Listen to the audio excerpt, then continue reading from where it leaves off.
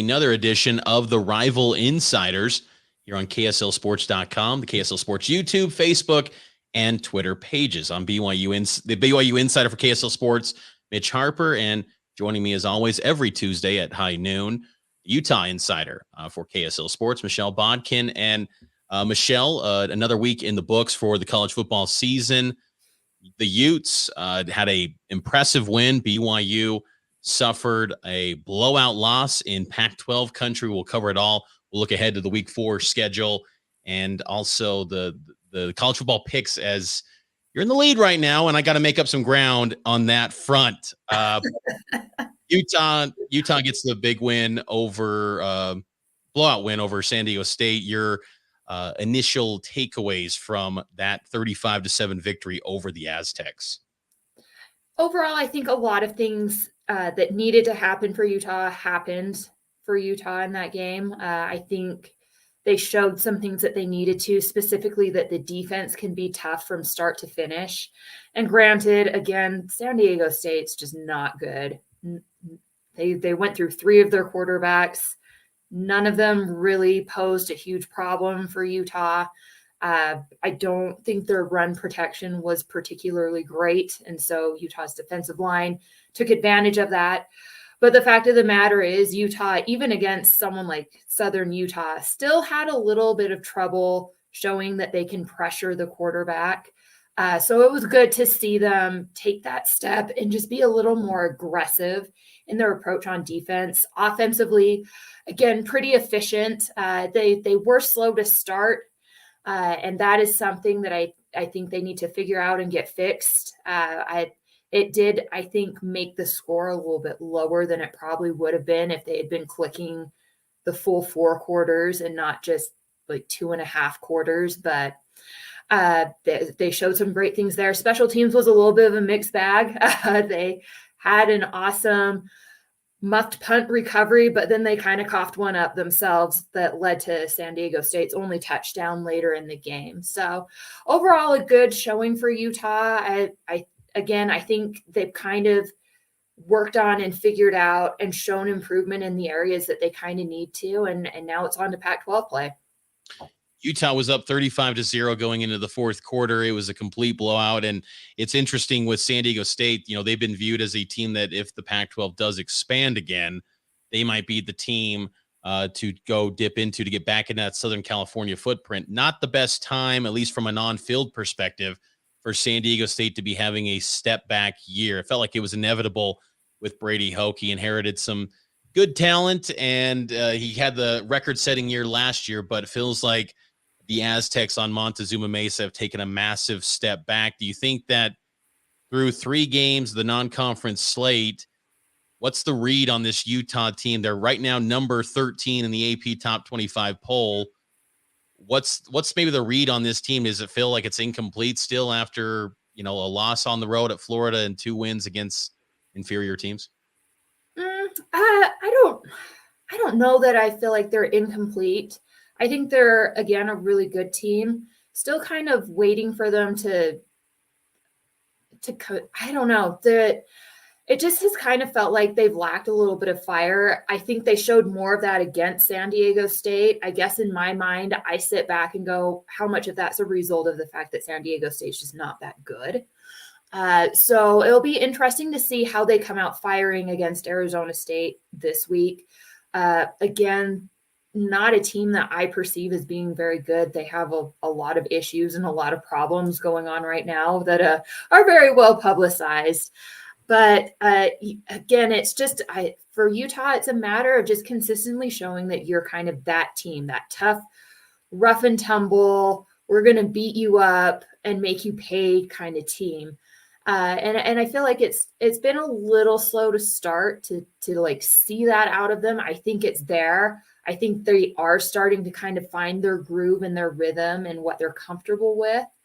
And so it'll be interesting to see how they take that into Pac-12 play. They need to keep, showing up and showing out and having some very convincing, impressive wins. So we'll see how it goes.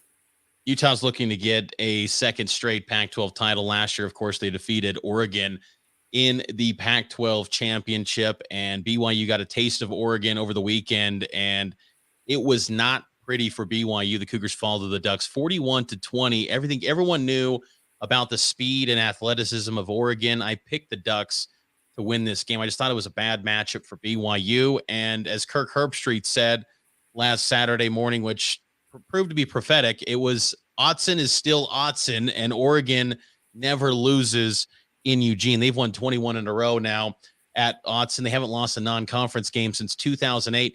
BYU was completely shocked, it seemed like, when in that Oregon game. I don't know what the issue is when it comes to day games, but BYU's lost 4 in a row now in games played in the daytime. Apparently BYU are a bunch of vampires. They're night owls. They operate late at night. That's the only time they win. They won 12 in a row in games played 6 o'clock or later for the Cougars. But Oregon just handled BYU. 41-20 doesn't even highlight maybe how close or how much of a blowout the game truly was. It was 38-7 with 4.5 left in the third quarter. Oregon pulled Bo Nix to give him just a rest for the day, and then Ty Thompson comes in, and that's when a little bit of the wheels fell off for Oregon, and BYU made it a little bit more respectable. But this was a complete beatdown, and I thought, again, BYU would lose, but I didn't expect them to get dominated this way. They were down some key personnel with Tyler Batty, Earl Tuioti Mariner, Puka Nacua, and Gunnar Romney, but still, I think it highlights a little bit of the gap still of, BYU's got some room to still grow when you're facing quick speed athletic teams. BYU still has some issues, and I was stunned by how physical Oregon was because, Michelle, you saw it 2 times last year. They were completely dominated against Utah. I know the wheels a little bit fell off for Oregon because that was with Mario Cristobal, and things were kind of inside the locker room. We're getting a little bit testy with the Ducks, but how surprised were you with the outcome between BYU and Oregon? Yeah, you and I text about this a little bit after everybody's games wrapped up, and I was kind of surprised that Oregon really, really took advantage of BYU. I'm not shocked per se that Oregon won. That was always a possibility because they are very talented. In my mind, it was always a question of, is that talent going to come together and perform well against another really good team? And I felt more confident about BYU's ability to come together and play as a team and play tough than I did Oregon before this game. And so it was really shocking just to see like how big of a leap Oregon took as far as, I didn't think that they would pull away from BYU quite like that. Now, I will say when the announcement came out that BYU was going to be down some pretty key players in this game, that's kind of when I started doing the like, because you kind of need all hands on deck when you take on teams that have, what is it? They have the number 7 recruiting class or something like that. And so it's just, you need all your best players on the field, and BYU didn't have that. I don't think that completely explains what happened, but it didn't help either. And again, especially as you explained as well, maybe highlighted a little bit that BYU still has some work to do on the recruiting trail in order to be at that kind of level. And so again, when you're missing the couple of players you have that maybe can compete at that level and help bridge that gap a little bit, it really does. It highlights, the need to kind of keep improving and keep looking to grow on their end. BYU definitely has to get better on the defensive line. Oregon ran it down BYU's throat. I thought a lot of it would be out wide on the edges was where Oregon would tack, but this was, Oregon just running it down the middle on BYU a lot of the time. And Bo Nix too, quarterback for Oregon, he was good, and he showed that there are games where he shows that 5-star talent. Now, what will he be over the course of the season? I don't know. I still wouldn't be stunned if Oregon ends up being maybe the 4th best Pac-12 team. Pac-12 looks pretty good right now this season. And Oregon, this was a game, it was a must win. Their backs were against the wall. They had to have this one because had they lost, there would have been a feeling of the season is completely lost. People would be finger pointing. Is Dan Lanning in over his head? That was a must win spot for the Ducks. They responded and got a big win. BYU back to the drawing board. They got to get ready for Wyoming. And that's where we'll transition into with the week 4 as both teams are going to have some late night tilts. BYU will start things off quick with them. They're number 19. They didn't fall. They tumbled pretty good. I mean, 7 spots is a pretty big tumble in 1 week, but still 19 AP top 25. I know that the AP top 25 has no impact on the New Year's Six. So let me just be frank, BYU fans.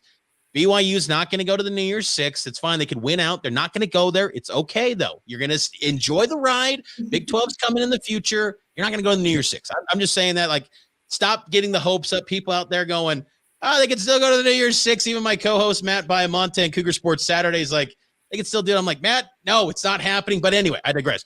BYU and Wyoming, 8-15, an old Mountain West rivalry renewed. WAC rivalry, of course, too.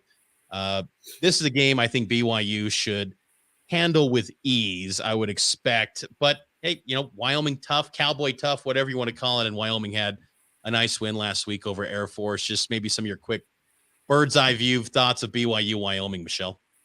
Yeah, this is a great game, I think, to kind of take a step back, reevaluate things that went wrong against Oregon, and really, again, put an emphasis. It's kind of like what Utah had to do after playing Florida. Some self-examination. You have an opponent up next that you can probably pretty easily beat, I would say. So it's just a matter of going back to the drawing board, looking at what went wrong, and going in with the mindset that we're really going to focus on fixing those things and being very conscious about the technique and the fundamentals that we're using heading into this game. So that's kind of what I see for BYU. I think it's a good recovery game for them. I think so too. And I think that it's a game that, honestly, I'm curious to see what type of changes they make, particularly at kicker. Jake Oldroyd's missed 3 in a row. I know that it's, he's meant a lot to BYU. He's won a lot of games, but he's missing kicks. And this is a bottom line deal in college football. Livelihoods are on the line. Players can even make money when it comes to NIL. This is big time business, and you got to perform. And if you're not performing, next man up. So that would be something interesting to see with the kicker spot. I also think too, just in general with BYU, what type of, do they incorporate more wide zone offensive play calling? Because that was the bread and butter of BYU's offenses the last 2 years with Tyler Algier running back. The ground attack has not got going for BYU. 61 yards against Oregon. That's not going to get it done against anyone. If you have that type of output against Wyoming, you're going to be in a dogfight with the Pokes, who are very sound defensively. They haven't faced anyone to the level of BYU, but they're going to be very inspired in this game, I would have to imagine. I do think BYU wins. They're a 3-touchdown favorite. I don't know if they cover. I think they should, but I think BYU definitely wins this football game. And in the evening, Cap, which again, BYU will kick off at 8:15. Pregame starts at 6 on KSL News Radio. I'll get things started with Matt Biamonte on the legacy home of the Cougars, and you can watch the game on ESPN2. On the other ESPN station, Utah is going to be taking on Arizona State in Tempe, down in the desert. You'll be there with coverage for KSL Sports. Utah, Arizona State. Hey, look, I made the grave mistake last week, Michelle, of saying Nebraska was going to have this like interim coach bump. I said, and I made the horrendous pick of saying Nebraska was going to beat Oklahoma. Yeah, that was terrible, Mitch. Way to go there. Does Arizona State get a little bit of an interim coach bump as Herm Edwards out the door? You play to win the game. He's gone. What do you see from the Sun Devils?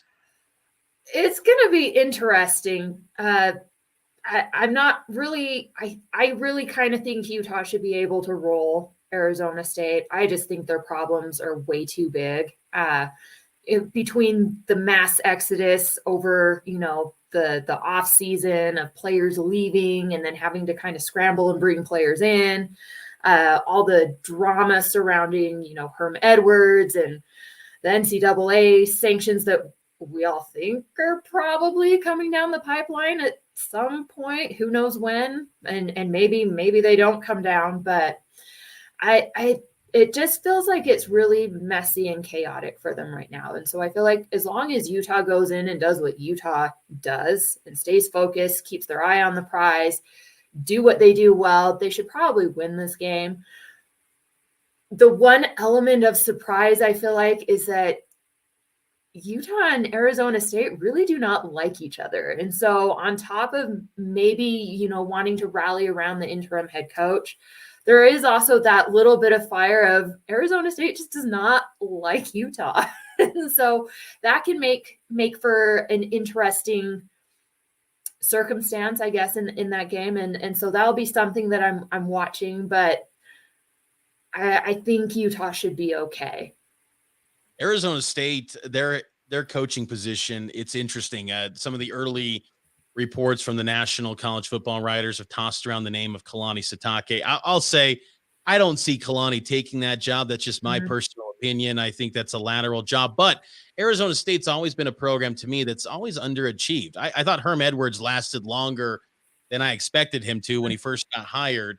But that's a program that, in the new iteration of the Pac-10, after USC and UCLA are gone, that's a program that the Pac needs to have successful. I mean, I don't know what direction they go with that coaching search, because it feels like you're right. I mean, they are in so much disarray. There's so much turmoil. This is one of those games where Utah, it can be tricky though for Utah, because there's going to be an expectation they should just crush them, and I think they should. At the same time, if they keep it close, then it's like, oh, is it doom and gloom up on the hill? What's going on with the Utes? Exactly. No, this is a game that I feel like is important for Utah to come out and win big. Come out guns firing, fix the slow start on offense, continue doing the defensive thing that you started against San Diego State. Like, really, just no mercy. Sorry, Arizona State, like, you're down. Utah should kick you. Like, that's just kind of where this thing is at. And as far as, what they're going to do, moving forward with the coaching situation, that is a tough place to try and convince someone that it's a great idea to come and coach for us in this time when you are potentially staring sanctions down. That's going to make the job 10,000 times harder than it probably already is. So, and on top of that, Arizona State does have this reputation. They're like the most penalized team in all of NCAA sports. So, I think you have to go in finding a coach with the mindfulness of, how do we clean up our reputation a little bit as well? And it's going to be a lot to ask for, and it'll be interesting to see how the dominoes fall on that one. Yeah, I would say Arizona State should hire like a Tom Herman, former Texas head coach, someone like that who could come in right now, take it over, not necessarily in season, but work behind the scenes. They should do something like that. I've heard the name Bronco Mendenhall tossed around. I could see him more at Nebraska because he could build something up.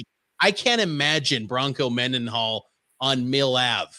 That just doesn't compute to me. That doesn't compute. I mean, our Utah listeners right now, they're probably thinking, yeah, Bronco on Mill Ave. Are you kidding me? Now, BYU fans on Mill Ave, that's a strange thought too.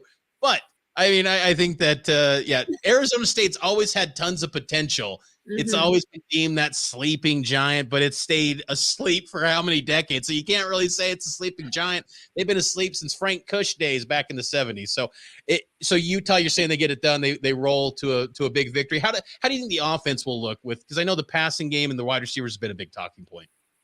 Yeah, that was probably one of the highlights last week, was finally getting some continuity with the wide receivers as well. And again, it took a while. It took a quarter and a half to really get that kind of up and rolling. But once they did, they kind of were unstoppable.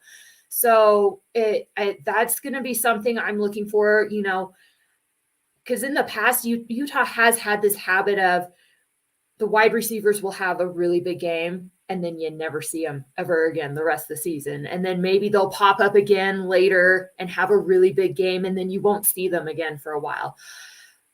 Again, they've talked about being serious about, being good in all phases of the offense, their tight ends, their wide receivers, and their running backs. I want to see some continuity there from last week to this week. And again, I think this is probably a good team for them to continue building confidence between Cam Rising and Solomon Enos and Devon Bailey, and getting them rolling along with the tight ends. Folks, you got to stay up late with us as my email notification goes through. You got to stay up late with us this Saturday. Follow Michelle on Twitter at Bodkin KSL Sports. Follow me, Mitch_Harper. We will have you covered wall to wall, and of course KSL Sports too, with all the coverage of these games. BYU and Wyoming and Utah and Arizona State on location, giving you in-depth content throughout these matchups. So yeah, I think Utah wins. I think BYU wins. Both these teams honestly should just take care of business and roll to the comfortable wins, games that aren't going to earn much fanfare per se. But if they're as truly good as their rankings would suggest they are, these are games that they should win big. Let's go to the picks for week 4, Michelle. And right now you are decisively beating me on the season. You're up by 4 games. I got to make some ground up on you. So we'll see how this goes. We got a nice list of games here on the week, but we start things off with a game that I never thought we would pick on a college football pick segment. It's Duke at Kansas, 2 undefeated teams. We had to put this one on the slate. I can't believe these teams are undefeated, but hey, it might be the year of these basketball powers having some success. I know it sounds like a big basketball game. That's what we were actually talking about that yesterday before media availability. All of us media people were like, yeah, this is not what it sounds like at all. I think I'm going to go with Kansas on this one. I'm hearing that their offense is better, that they've kind of figured out a little recipe that works for them. So I'm go Rock Chalk. Yeah, same here. Jalen Daniels, the quarterback for Kansas, has been impressive. Their win at Houston was a very nice victory for KU. First time they're a favorite against a P5 team since 2009. It's been a minute since the Jayhawks were a favorite. So they got Duke coming up this Saturday in Lawrence. Number 5, Clemson at number 21, Wake Forest. Very interesting game. I will go with Clemson here, but I don't feel comfortable in that pick. What say you, Michelle? Yeah, I'm gonna go with Clemson just because I'm more familiar with them. But it's interesting that Wake Forest is having a bit of a moment. So who knows? That game could end up being dicey. I agree with you there. On the road, Winston-Salem, Wake Forest got a quarterback in Sam Howell, came back from the blood clots, but still think Clemson's, their front 7 is as good as they come in college football. It's right below Georgia's. Clemson's got a heck of a front 7. Number 17, Baylor at Iowa State. Oh, man. Okay, this one's harder. Is it a funny game to you, Michelle? Is that why you're laughing? Well, I'm just thinking about Iowa State's inability to score touchdowns. But Baylor also has been a little disappointing. So, like, which incompetency am I going to roll with here?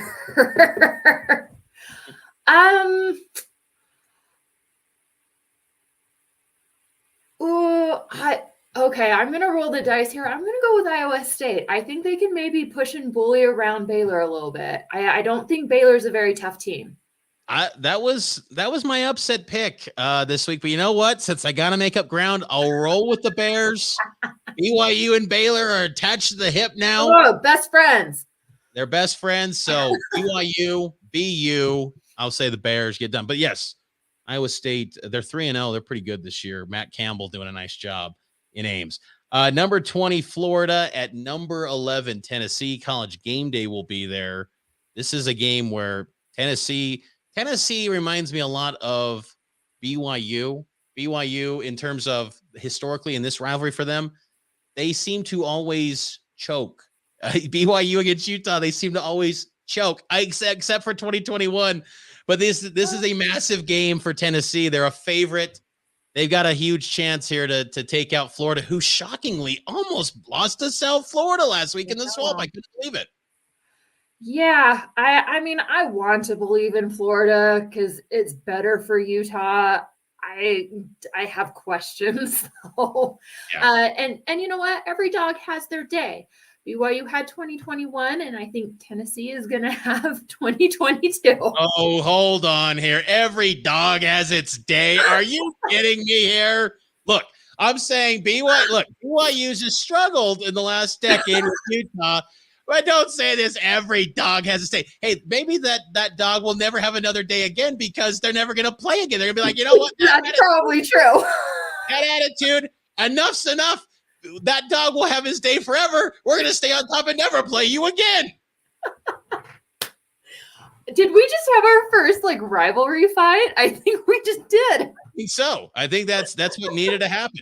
Look, it's a shame that BYU and Utah don't play this year because it would have been a heck of a game. Yeah, It would have sure. been a really good game. But I mean, no, like BYU's lost, 9 of the last 10. Not excuse that. But what I was saying is, it seems like Tennessee, they kind of they just can't break through. BYU for the longest time they couldn't break through, and it's just, can they break through? This is one of those games where even when Florida's looking shaky, wouldn't be surprised if Florida pulled off the upset. But I will go with Rocky Top. I think Josh Heupel in that offense, Hooker at quarterback is really good. I like Tennessee here. I think they almost have to win big though, because if it's close, then it feels like, well, it's once again they're having to go down to the horn with your rival, and that's kind of where I see a little bit of the parallels with BYU and Utah. So what say you in this game? Oh, I'm going Tennessee as well. Yeah.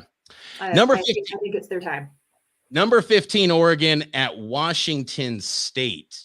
The Ducks follow up that big win over BYU with a road win on the Palouse. Oregon at Washington State. I really like what Washington State's been doing.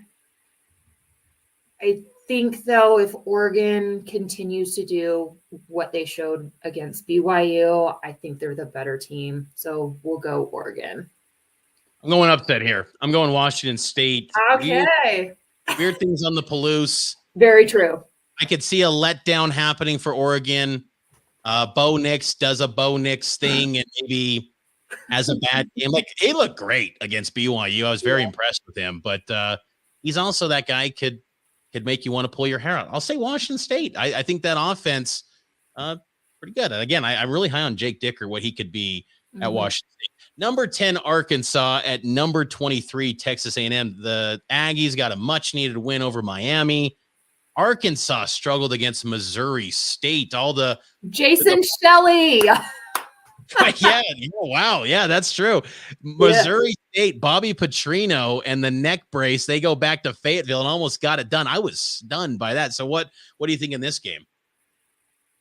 I'm going to go with Texas A&M. I'm going to go with Texas A&M on this one. Yeah, this is I should be noted, this game is played in Arlington, so it's not in College Station. I will go with Arkansas because I feel like A&M's still young. I love A&M's talent, but they lost to App State. Not a bad loss. App State's a good football team, but bad for their standards when you're paying millions and millions of dollars for recruits. That's when it's bad. But I'll say Arkansas. I love Sam Pittman. I think the identity, like, there's no coach that maybe fits the culture of a program better. Like, I've always thought Kalani fit great with BYU. I think Witt fits well at Utah. Sam Pittman, though, is just perfect for the Hogs. Like, he kind of looks like a Razorback. I mean, like, Sam Pittman's a great fit there. I'll go with Woo Pig. Wisconsin at number 3, Ohio State. Buckeyes roll big every year. It feels like Wisconsin might be the year they take down Ohio State. I'm not buying it. Buckeyes big. Yeah, I agree. I think Ohio State's too good. I like Wisconsin. I like the style they play, probably because it reminds me of how we play out here. Kind of that rough and tough game, but I don't know that they have enough firing power on offense to keep up with Ohio State. Last game of our picks, number 7 USC at Oregon State. Is this the first real test for Lincoln Riley's Trojans? This is interesting to me because I feel like the Beavers always have, kind of like Fresno State, Beavers always seem to have USC's number. Ooh, do I want to go with this upset?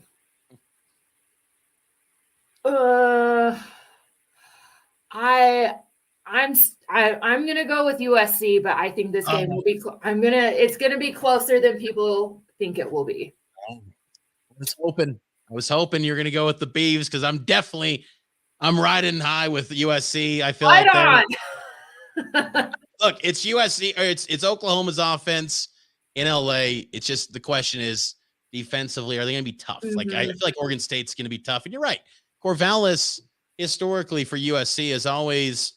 You think back to the days of Mark Sanchez, Liner. There was always some weird, foggy game at Reeser Stadium, and Corvallis was always a tough spot. And Jonathan Smith, talking again about coaches that fit the identity of a school. He's a great fit, an alum at Oregon State. He's doing a fantastic job, I think, with Oregon State. This could be a test, but I still think or USC wins because I just think. Kind of like what I saw with BYU and Oregon, talent will ultimately win. I think when sometimes, I'm always going to lean to the talent. And I think that USC's talent has shown itself early that they can be very explosive. But it's going to be another fun week. I mean, can you believe we're already at week 4? This will be the final weekend of the September games. And then the following Saturday, it's October. So we are rolling along on the football season before we know we're going to be sadly in bowl season. It's like we wait and we wait and we wait, and then before we know it, it's already week 4 and Pac-12 play. BYU's in the thick of their season, and of course we have you covered on KSLSports.com every Tuesday here on Rival Insiders at high noon. We will be chatting with you, talking the latest with BYU and Utah football as we cover it inside and out with these two programs. You can follow our coverage on KSL Sports, the KSL Sports app, KSL Sports Zone, KSL News Radio, all the different platforms, the KSL Sports app. So talk to you next time here on Rival Insight.